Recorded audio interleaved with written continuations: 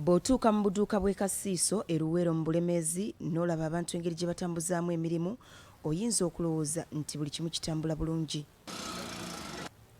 Kyokka bwe weeyongera munda eyo mu Nasita zooni gy'osanga akayumba kano, era mangu ddala olaba abaana bano ab'obulenzi, wabula olw'engeri gye bafaananamu oyanguwa mangu okumanya nti waliwo ekitatambula bulungi.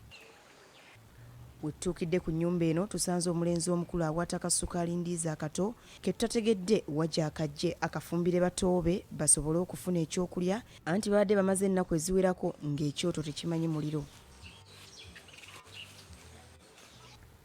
Munda mu nnyumba abaana mwe basula si kyangu kya kukkiriza nti abantu abalina obulamu be basulamu, wadde nga mulimu ebitanda naye ebifalisi ebiriko bw'obitunulako ofuna ensisi.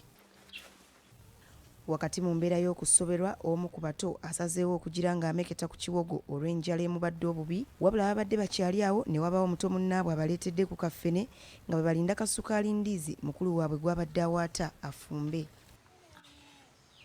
Abaana bano nga bakulembeddwamu mukulu waabwe ow'emyaka 10 batubulidde engeri kitaabwe gye yabasuulawo ne basigala ne maama waabwe, wabula naye oluvannyuma n'abaddukako nga n'ekisinga okubanyigiriza kwe kulaba bannaabwe nga bagenda ku ssomero naye nga bo basigala ku kyalo. Twajja ffenna ne taata n'amala n'addayo n'atandika okubeera nga takyatusindikira ssente buli lunaku.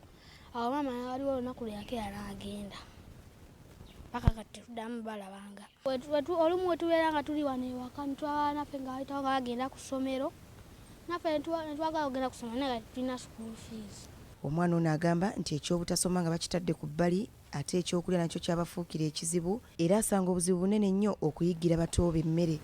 Ate nga n'ekyokulya olumu tetubeera nakyo, nga ne bagenda eyo ku kkubo nga balunda ensigo z'ebikajjo nga bazireeta. Olumu tutera okufunayo ffene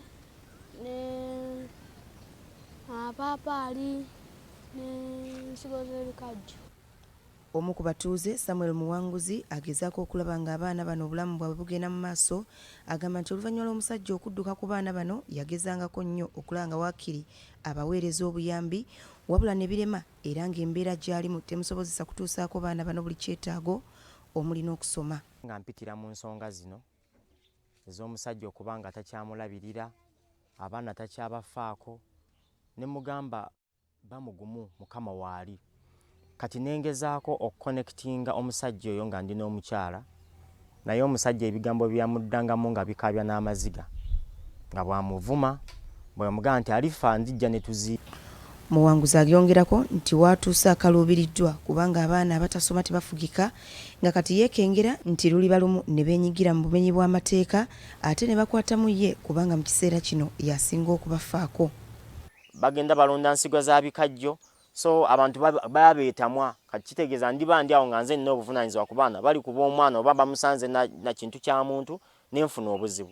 So kwe kusaba obuyambi eri abakulu, buli awuliriza asobole okunnyamba tukwasaganyize wamu abaana b'eggwanga kuba seesobola nange. Ssentebe w'ekyalo Kasiiso, Edward Kibwami, ategeezezza nti abaana abamanyi bulungi era ne bazadde baabwe okuli Deo Mayanja ne Daisy Nakubulwa yali abamanyi bulungi, wabula ng'aludde okubalaba. Taata bwe agenza okujja okutwalako abo nga maama waabwe yamala odda okugenda nga kuno takyabeerako. Nga nange nakitegeera bamaze okuyitawo akabanga nti taliiwo abaana yabaleka awo. Fuba yali asabira ku kkanisa awo yabalokola awo mu Nasita zooni. Era naye nayitera okumulaba. Bajja ne baŋŋamba nti abaana yabaleka n'agenda. Ikoze takomawo kona abalaba nti takomawo. Ssentebe agamba nti obulamu bw'abaana bano okusula mu nju bokka kya bulabe nnyo, ate nga n'ekyobutasoma kimweraliikiriza bw'atyo n'akubira bazadde baabwe omulanga okwekuba mu kifuba badde ewaka bataase abaana baabwe. Ekyo nga basula bokka kiba kyabulabe. Kyabulabe nnyo ddala kuba basobola okuggyirawo mu nju, basobola okukola ensoba mu muliro bakufumba, kugezaako kufumba kunoonya kyakulya. Muliro gusobola okukwata ennyumba ne bookya ne obulamu bwabwe ne bugenda. Baba babulabe b'okutwalira mu kuba omuntu bw'atasoma. Olwo aba agenda mu gurupu ez'abantu abakyamu, abavubuka abakuzeemu abakyamu. Era obulamu bwabwe obw'omu maaso buba bujja kubeera buzibu. Kyo kyekituufu. Pira maama w'abaana bano omulanga Nakubulwa Daisy wamu taata w'abaana bano gwe bayita Mayanja Deo. Kwegamba okulowoozamu ennyo engeri gye baafunamu abaana abo. era bamanye nti abaana beetaaga omukwano gw'abataata ne maama ate era n'obuyambi.